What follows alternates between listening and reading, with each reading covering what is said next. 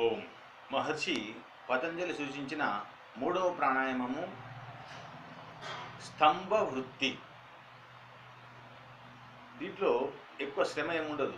మామూలుగా శ్వాస పీల్చుకొని వదలడం, శ్వాస పీల్చుకుంటూ వదలడం, శ్వాస మీద ఎలాంటి నియంత్రణ లేకుండా అట్లాగే పోతుంది వస్తుంది, పోతుంది వస్తుంది, మనకు ఇలాంటి సంబంధం లేకుండానే అదే శ్వాస ఆడుతూ ఉంటుంది. అట్లాగే నిశ్చలంగా ఉండడం, ఆలోచనలు లేకుండా, కదలికలు లేకుండా నిశ్చలంగా. ఒక రకంగా స్తంభవృత్తి ప్రాణాయామం అంటే మన భాషలో చెప్పాలంటే ఒక్కోసారి కొంతమంది బీరిపోయినామంటారు, చెప్తారు చూడండి.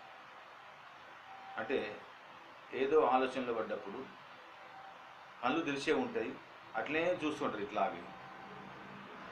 ముందటి నుంచి ఎవరన్నా పోయినా సరే వాళ్ళకు కనిపించదు, తెలిసిన వ్యక్తి.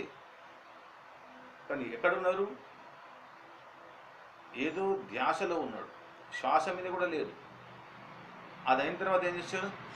అమ్మా అంటాడు. అప్పుడు అడిగితే నీ ముందర నుంచి ఎవరో పోయారుగా చూసావంటే చూడలేదండి. అది పాటించే ప్రయత్నం స్తంభ వృత్తి. చాలా సింపుల్. గాలి పీల్చుకొని మామూలుగా వదిలేసేయండి. అట్లా నిదానంగా గాలి పీలుస్తున్నాం, వదులుతున్నాం.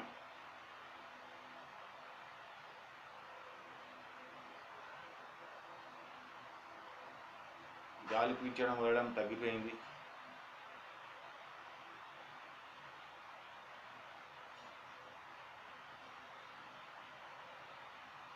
ఇంకాసేపటికి గాలి పీల్చడం వదలడం ఇంకా తగ్గిపోతుంది.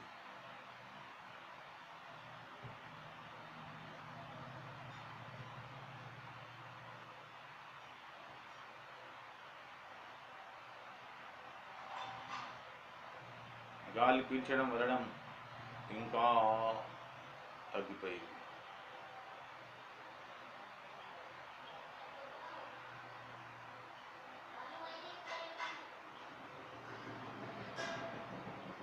ఇట్లా కొంతకాలం అభ్యాసం చేసిన తర్వాత, కొద్దిసేపటి తర్వాత మనం గాలి పీలుస్తున్నాం వదులుతాంలే, మన ధ్యాస ఉండనే ఉండదు.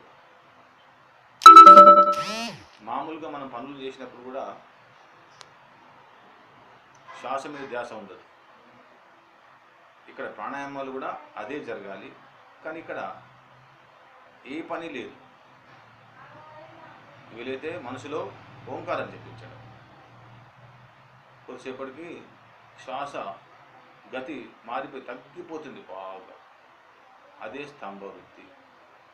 ఈ స్థితిలో, స్తంభవృత్తిలో ఒక్కోసారి మనము శరీరాన్ని వంచేసి కూడా కూర్చోవచ్చు, నడుము వాల్చేసి కూడా ఇట్లా కూర్చోవచ్చు.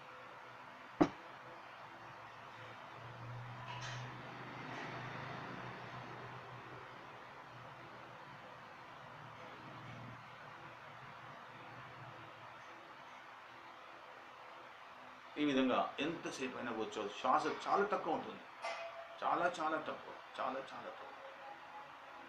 ఈ స్థితి మనము కొంతమందిని చూస్తుంటాము. మహర్షులు, ఋషులు, ముఖ్యంగా రామకృష్ణ పరమహంస, ఆయన స్థితిలో ఇటు చక్కగా ఇట్లా కూర్చొని ఉన్నాడు, వెన్ను నిటారుగా ఉంచి కూర్చోడం ఉండదు, స్తంభవృత్తిలో ఉంటాడు బాగా. అట్లాగే ఇంకా ఇతర ఋషులు కూడా ఇట్లా ఉంటారు, ఉండిపోతారు మామూలుగా. నియంత్రణ ఏమీ అవసరం లేదు. ఇది స్తంభవృత్తి.